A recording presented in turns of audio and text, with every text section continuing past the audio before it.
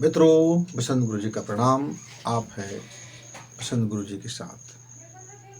हम अपनी बातें शुरू करें उससे पहले आइए थोड़ा सा 1 मिनट के लिए अपने मन को, शरीर को, चित्त को, अवचेतन को, मस्तिष्क को और ऊर्जा पथ को संतुलित करें। कैसे करना है? आप एक गहरी सांस लीजिए दोनों नासिका से, पेट में भर लीजिए और पेट में भरे हुए सांस के साथ में नाद करें ओम।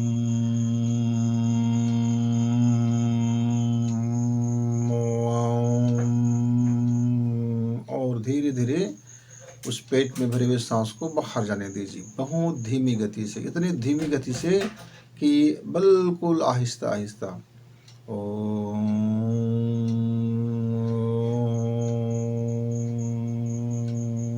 और फिर गहरी सांस लें और धीरे से सांस को बाहर छोड़ दें। फिर गहरी सांस लें और फिर सांस को बाहर छोड़ दें। कोई कुंभक ना करें।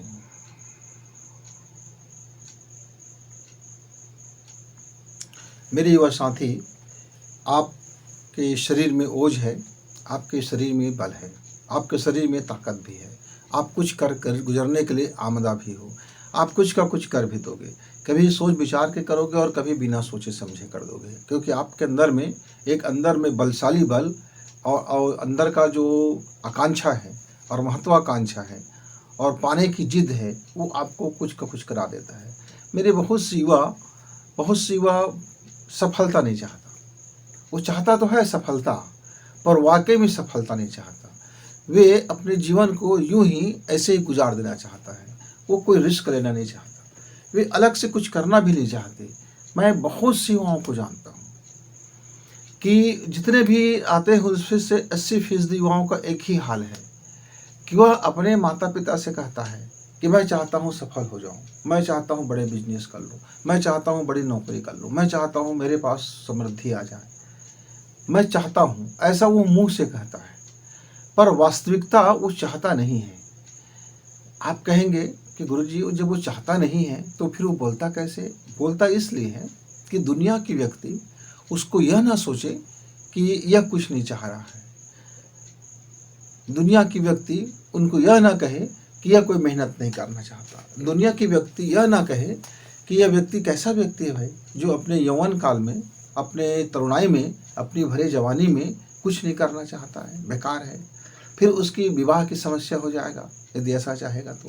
विवाह हो गया है तो पत्नी डांट लगाएगी, और यदि बच्चे आ गए हैं तो बच्चे भी कहेंगे, क्या पापा आप कुछ नहीं करना चाहते, आप सफल होना नहीं चाहते, आप धनी होना नहीं चाहते, आप अमीर होना नहीं चाहते। ये कैसी मानसिकता है? तो दुनिया के लोग उसे ऐसा कुछ लानते ना भेजे, कुछ उलाहना ना मारे, कुछ ताना ना मारे, इसलिए वो हमसे सबसे एक ही बात छल से कहते रहता है कि हम सफलता चाहते हैं। लेकिन वो वाकई सफलता नहीं चाहता। वो कैसे?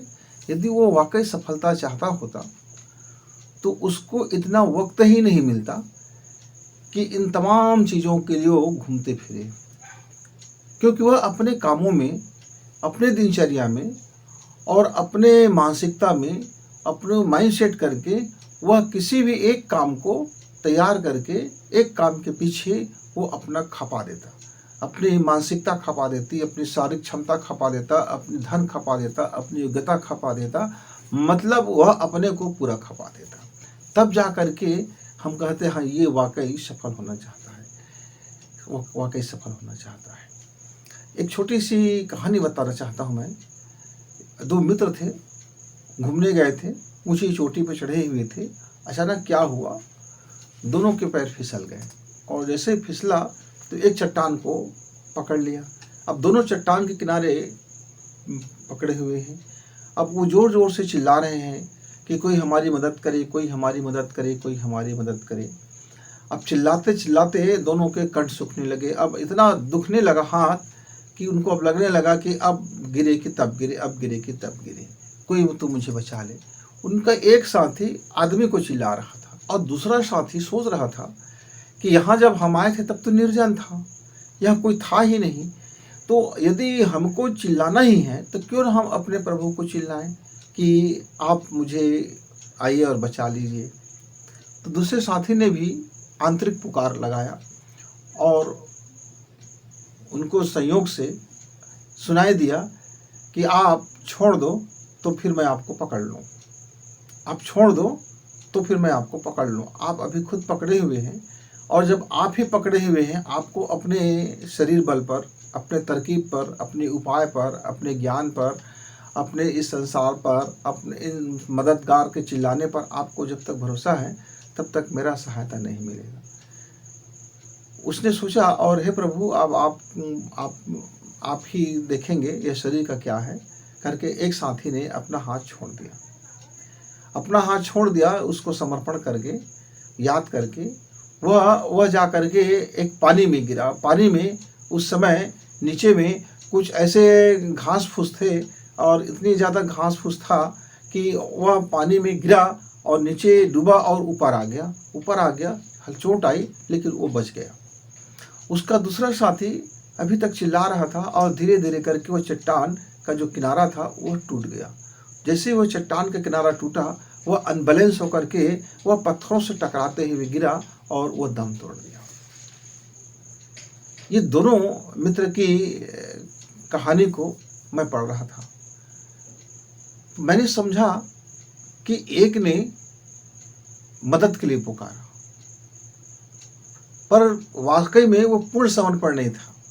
दूसरे ने पुकारा, अंतरात्मा की आवाज़ सुना और अपने आप को रिस्क में डाल दिया। अब क्योंकि मरना तय है, चट्टान के टूटने पर भी मरना तय है, और यदि हम समय रहते छोड़ दे, अपने आप को पोजीशन दे करके छोड़ दे, एक उम्मीद कि हम यहाँ यदि गिरेंगे तो हम हो सकता है कि एक बचने का चांस हो, और वो उसने दूसरा विकल्प चुना कि हो सकता है कि मैं यदि इस समय रहते होशो हवास से मैं अपने को छोड़ दूं और ईश्वर के हवाले कर दूं, तो हो सकता है योग संयोग और नेचर का कुछ बन जाए जिससे मैं बच जाऊं। एक ने ऊपर में कोई मुझे बचाएगा करके चिल्लाते और चीखते रहे। तो दोनों में एक ही चीज़ हुआ कि एक ने चाहा कि वो सफल होना चाहता था, वो वाकई जीना चाहता था, और जीने के लिए उन्होंने भरोसा किया अपने अंतश्चेतना पर, अपने अंतर की आवाज़ पर, अपने अवचेतन पर, अपने वास्तविक ब्लूप्रिंट पर उन्होंने भरोसा किया। उनका अंदर में एक ब्लूप्रिंट बन गया कि मेरा ईश्वर कोई न कोई रास्ता निकालेगा और कोई न कोई मेरी मददगार आएंगे, तो मैं अपने को छोड़ देता हूँ। जैसे ही मैं अपना अहंकार, अपना ईगो, अपनी योजना, अपनी बातें, अपनी दुनियादारी छोड़ूंगा, तो नेचर और प्रकृति मुझे मेरे लिए वही रास्ता देगा जो मुझको मेरे लिए उचित होगा। मित्रों, बहुत से मेरे मित्र आते हैं और मैं जब उनसे पूछता हूँ कि आप गरीब क्यों हो रहे हो, आप धन कमाना चाहते हो, तो वो सारी चीज़ें बताती हैं कि ऐसा हो गया, वैसा हो गया, उनके कारण ऐसा हो गया, उनके कारण ऐसा हो गया, मैं तो खूब चाहता था पर मुझे ग्राहक ही नहीं मिला तो ऐसा हो गया, हम इतने कर्ज में दबे हैं, इतने पैसा ले लेते हैं, औकात से ज़्यादा पैसा ले लिया, फिर हमारा आमदनी नहीं हुआ। मतलब बेतरतीब की धन लगाना, और उसमें भी उस धन के प्रति मोहब्बत नहीं होना, उस धन के प्रति एक प्रकार की घृणा होना, एक प्रकार की चीड़ होना, एक प्रकार की दूसरी नज़रों से देखना, और वो चाहता है वो धनपति भी बन जाए, सफल भी हो जाए। उसी बीच में मेरा एक बचपन का साथी मुझे मिला, और वो काफ़ी सफल व्यक्ति, अमीर व्यक्ति। उसकी सफलता और उसके अमीर आज आप देखेंगे तो यकीन नहीं होगा कि यह व्यक्ति किसी ज़माने में किसी गांव में रहता था और उनके पास बहुत कम संपत्ति था, और वो आज सफल और अमीर दोनों हैं। तो बातों ही बात में हम जब दोनों मित्र बैठे मिले, तो मैंने उनसे पूछा, मित्र आपके यदि सफलता की कहानी आप मुझे शेयर करें तो हो सकता है मेरे 2-4 मित्रों को इससे लाभ हो जाएगा, आपसे प्रेरणा मिलेगा, तो आप मुझे संक्षिप्त में अपने बताइए बात। तो उन्होंने कहना शुरू किया, मित्र मैं क्या बताऊं, जब मैं अपने घर से बाहर गया और मैंने घर वालों को ये बोल के चला गया कि यह संपत्ति में से सिर्फ मुझको आप कुछ धनराशि दे दो, इससे मैं अपना व्यापार व्यवसाय करूंगा, या मैं अपनी जो मेरी पढ़ाई की योग्यता है मैं उसमें और आगे बढ़ूँगा, और मैं जब लौटूँगा घर तो मैं अपने को अमीर बना करके लौटूँगा और अपने को सफल बना करके लौटूँगा। घर के लोगों ने बड़ी हँसी उड़ाई, मोहल्ले वालों ने भी बड़ी हँसी उड़ाई, सब लोगों ने मेरी बड़ी हँसी उड़ाई, मेरी बड़ी जग हँसाई हुई कि देखो तो पिताजी का कभी 10,000 का मासिक आमदनी नहीं है और उनका लड़का कहता है मैं लाखों का आमदनी करूँगा, और वो लग गए। मैं वाकई में सफल होना ही चाहता था और मैं जी तोड़ मेहनत कर रहा था, हाड़ तोड़ मेहनत कर रहा था, पढ़ाई भी कर रहा था, प्रतियोगी परीक्षाओं के लिए भी बैठ रहा था, और मैं अपने जो बिजनेस शुरू किया था उस बिजनेस में भी मैं काम कर रहा था। लेकिन मैं निरंतर घाटे में जा रहा था। मैं एक बिजनेस को किया, 6 माह के बाद मुझे बंद करना पड़ा। मैंने एक कोचिंग ज्वाइन किया, असफल हो गया, तो मुझे दूसरा कोचिंग ज्वाइन करना पड़ा। मैं फिर बिजनेस शुरू किया और उसमें भी मुझे लॉस हो गया।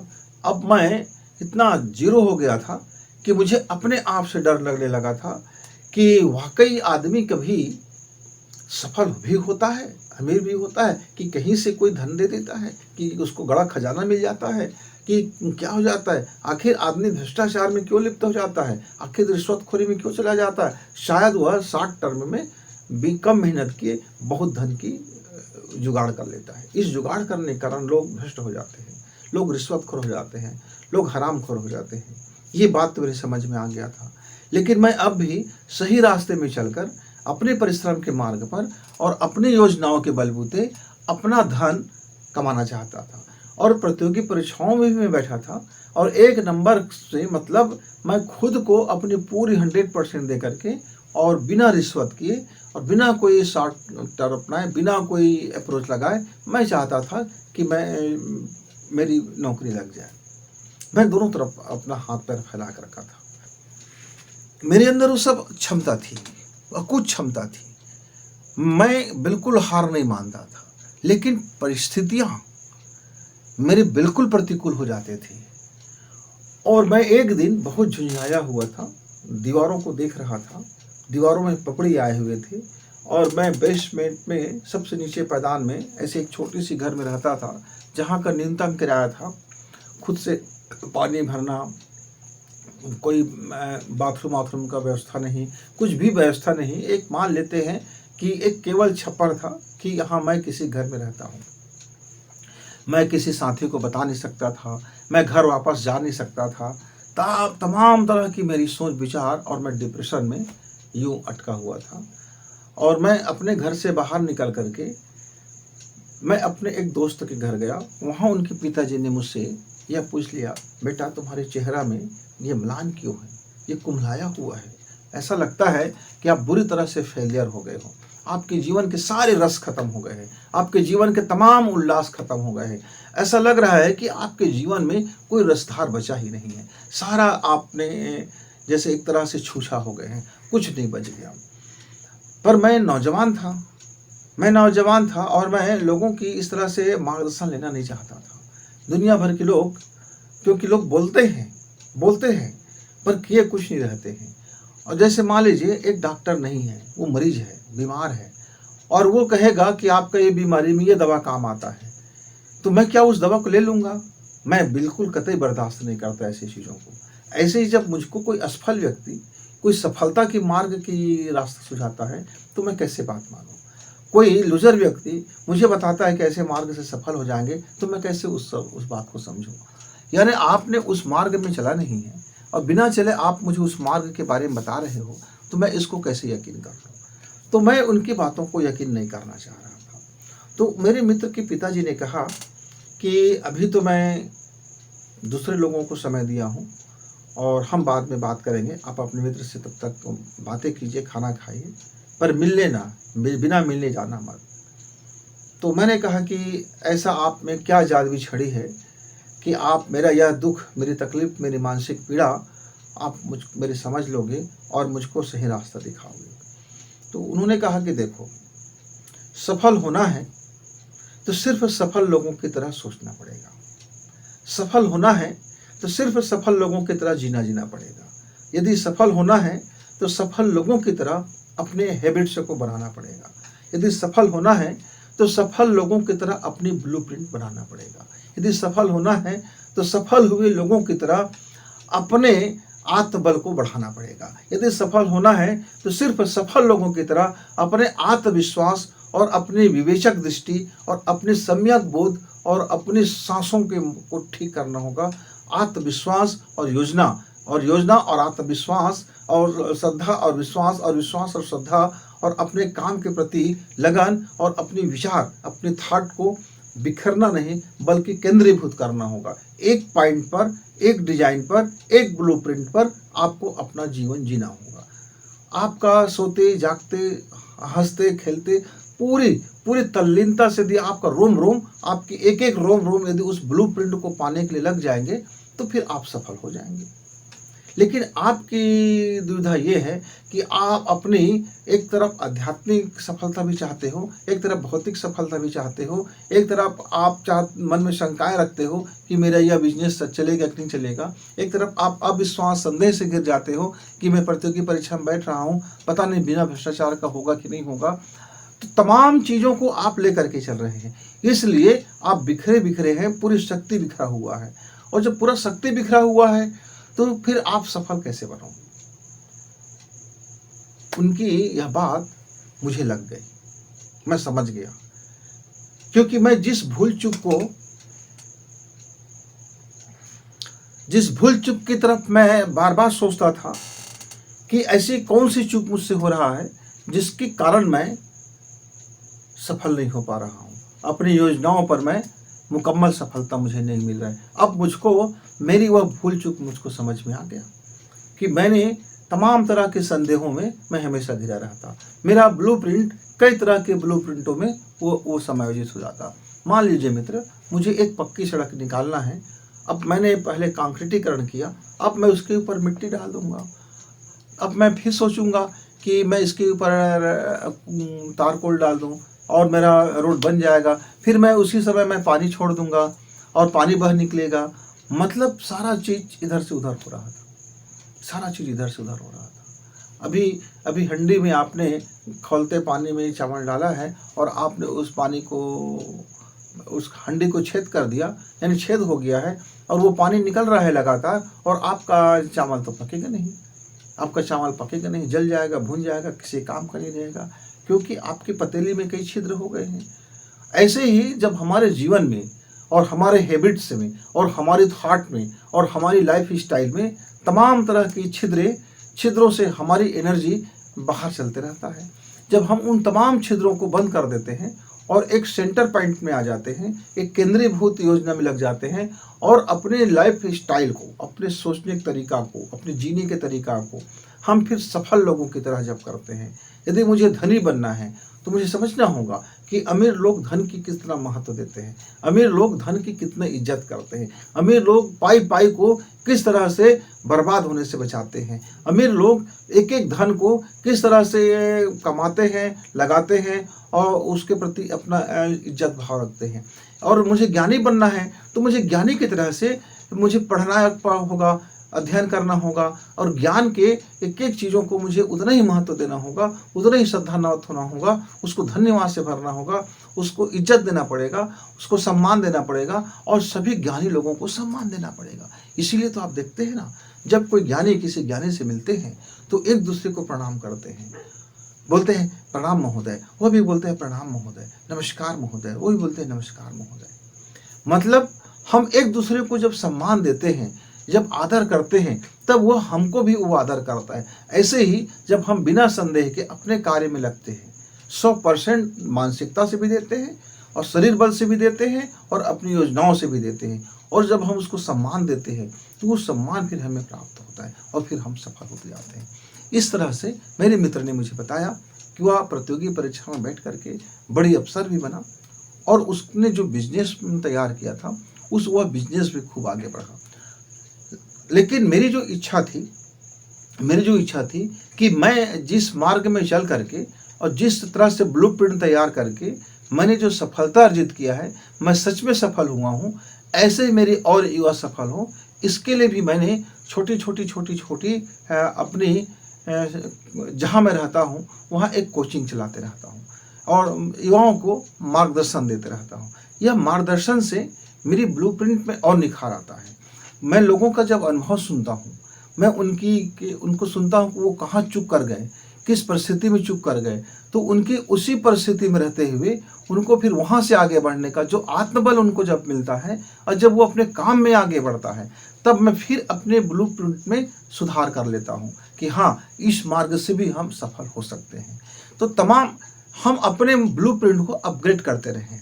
अपने एक बात को ले लिए कि हम इस मार्ग से जाते हैं तो दिल्ली पहुँचेंगे, नहीं मित्र, हो सकता है कि एक दूसरे मार्ग से जाने वाला और अच्छा मार्ग से पहुँचने वाला भी व्यक्ति आपको मिल जाए, तो उनकी भी मार्ग को विवेचना कर लो। अलग अलग तरह के सब लोग सफल होते हैं, तो सभी सफल लोगों का सम्मान करना सीखो। पहला सूत्र, सभी धनी लोगों का सम्मान करना सीखो। धन को आप सम्मान करना सीखो, धन का सही उपयोग करना सीखो। ज्ञान का सम्मान करो, ज्ञान का सही उपयोग करना सीखो। अपने को उसी तरह से जीवन जियो जिस तरह से लोग जीते हैं, तो मित्र फिर आप वाकई में सफल हो जाते हैं। मेरे मित्र ने बताया कि किस तरह से उनके दोस्त के पिता ने उनके इस जिसकी उसको तलाश था उस पर रोशनी डाला। जैसी रोशनी डाला तो सारे चीज़ साफ साफ दिखने लगा, और उस रोशनी में फिर वह अपनी योजना बनाया, ब्लूप्रिंट तैयार किया और निकल पड़ा और सफल हो गए। मेरे युवा साथी, आप भी यदि लगातार मेहनत करने के बावजूद आप सफल नहीं होते हैं, तो कहीं न कहीं आपसे चूक हो रहा है। आपका चूक होने वाले जितने भी छिद्र मार्ग हैं, जहाँ से आपकी एनर्जी इधर उधर फैल रहा है, तो उसको सेंट्राइज कीजिए, एक जगह लाइए और एक मुकम्मल ब्लूप्रिंट तैयार कीजिए, और उस ब्लूप्रिंट के अनुसार से आप अपनी लाइफ को जीना शुरू करें, काम करना शुरू करें, उसके पीछे लग जाएं। निश्चित तौर से आप फिर सच्ची सफलता की तब आप कामना करते हैं। और बिना ब्लूप्रिंट तैयार किए, बिना आप अपने छिद्रों को बंद किए, बिना आप अपने लाइफ को सम्मान किए, बिना ज्ञान को सम्मान किए, बिना समय को सम्मान किए, बिना धन को सम्मान किए, बिना अनुशासन को सम्मान किए, आप चाहते हैं कि आपको मुकम्मल सफलता मिल जाए, तो फिर आप ठीक से सफलता नहीं चाह रहे हैं। आप दुनिया को सिर्फ बता रहे हैं कि सफल होना चाहते हैं। तो ज़रा देख लीजिए कि वाकई आप सफल होना चाहते हैं या सिर्फ दुनिया को बताना चाहते हैं कि आप भी सफल होना चाहते हैं। फिर मिलेंगे, तब तक गुरु जी को इजाज़त। नमस्कार, धन्यवाद।